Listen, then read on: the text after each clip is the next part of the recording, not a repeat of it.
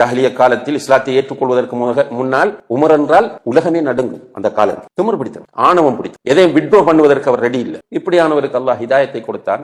சுபஹான் அல்லாஹ். அந்த உமர் இப்னுல் கத்தாப் எப்படி மாறினார் என்றால், மிக பணிவுள்ள சிம்பிளான ஒரு பர்சனாலிட்டியாகவும் இரக்கமுள்ள ஒரு ஆளுமையாகவும் மாறினார். அவர் சொல்றார், உமர் என்ற அந்த பழைய ஞாபகத்தில் எல்லாரும் பயப்படுறாங்க. உமருடைய உள்ளத்தில் இப்போது இருக்கிற அந்த இரக்கத்தை புரிந்து கொள்வார்களாக இருந்தால் உமருடைய ஆடையை அவர்கள் கலட்டி எடுப்பதற்கு ஆளுக்கால் போட்டி போடுவார்கள் என்று சொல்கிறார். அவர் உபமானம் ஒன்று. அவ்வளவு சாஃப்ட்னஸ். ரசூல் ஸல்லல்லாஹு அலைஹி வஸல்லம் அவர்கள் வஃபாத் ஆகி விடுகிறார்கள். ஜனாசா வைக்கப்பட்டிருக்கிறது. மதீனா சோகமாகிறது. உமர் வந்து நின்று சத்தம் போடுகிறார் பழைய ஸ்டைல்ல.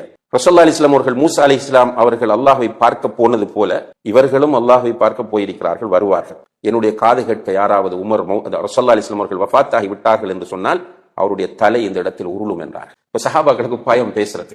அந்த இடத்தில் அபூபக்கர் சித்திக் ரலியல்லாஹு அன்ஹு அவர்கள் இல்லை. அவருக்கு ஜனாசா செய்தி கேள்விப்பட்டு அவர் வேகமாக வருகிறார். வந்து பார்க்கும்போது உமர் ஒரு பக்கம் இப்படி சத்தமிட்டுக் கொண்டிருக்கிறார், இன்னும் ஒரு பக்கம் சோகமும் கவலையும் காணப்படுகிறது. அபூபக்கர் சித்திக் ரலியல்லாஹு அன்ஹு அவர்கள் வந்து மூடப்பட்டிருந்த துணியால் மூடி வைக்கப்பட்டிருந்த அந்த ஜனாசாவை திறந்து பார்த்து அல்லாஹ்வுடைய தூதரின் நெற்றியிலே முத்தமிடுகிறார். முத்தமிட்டு விட்டு சொன்னார், தித்த ஹய்யன் வ மையித்தன் யா ரசூலல்லாஹ். அல்லாஹ்வுடைய தூதரே, நீங்கள் உயிரோடு இருக்கும் போதும் உங்களுடைய உடம்பில் இருந்து நறுமணம் வீசியது, நீங்கள் மௌத்தான பிறகும் உங்களுடைய உடம்பில் இருந்து நறுமணம் வீசுகிறது என்று சொல்லிவிட்டு சொன்னார், மன் கான யஅபுது முஹம்மதன் ஃபஇன்ன முஹம்மதன் கத் மாத்.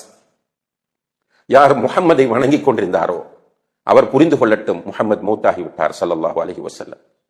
வமன் கான யஅபுதுல்லாஹ ஃபஇன்னல்லாஹ ஹய்யுன் லா யமூத்.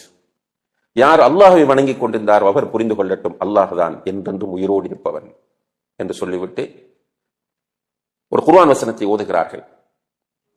உமக்கு முன்னால் இருந்தவர்கள் மூத்தாகிவிட்டார்கள், நீயும் மூத்தாகக்கூடியவரே என்கிற அந்த வசனத்தை ஓதிய போது இந்த சம்பவத்தை பிறகு உமர் ரலியல்லாஹு அன்ஹு அவர்கள் சொன்னார்கள், அபூபக்கர் ரலியல்லாஹு அன்ஹு அவர்கள் வந்து இதை ஓதிய போது அந்த வசனம் அப்போது அருளப்பட்டது போன்ற ஒரு உணர்வை நான் பெற்றேன்.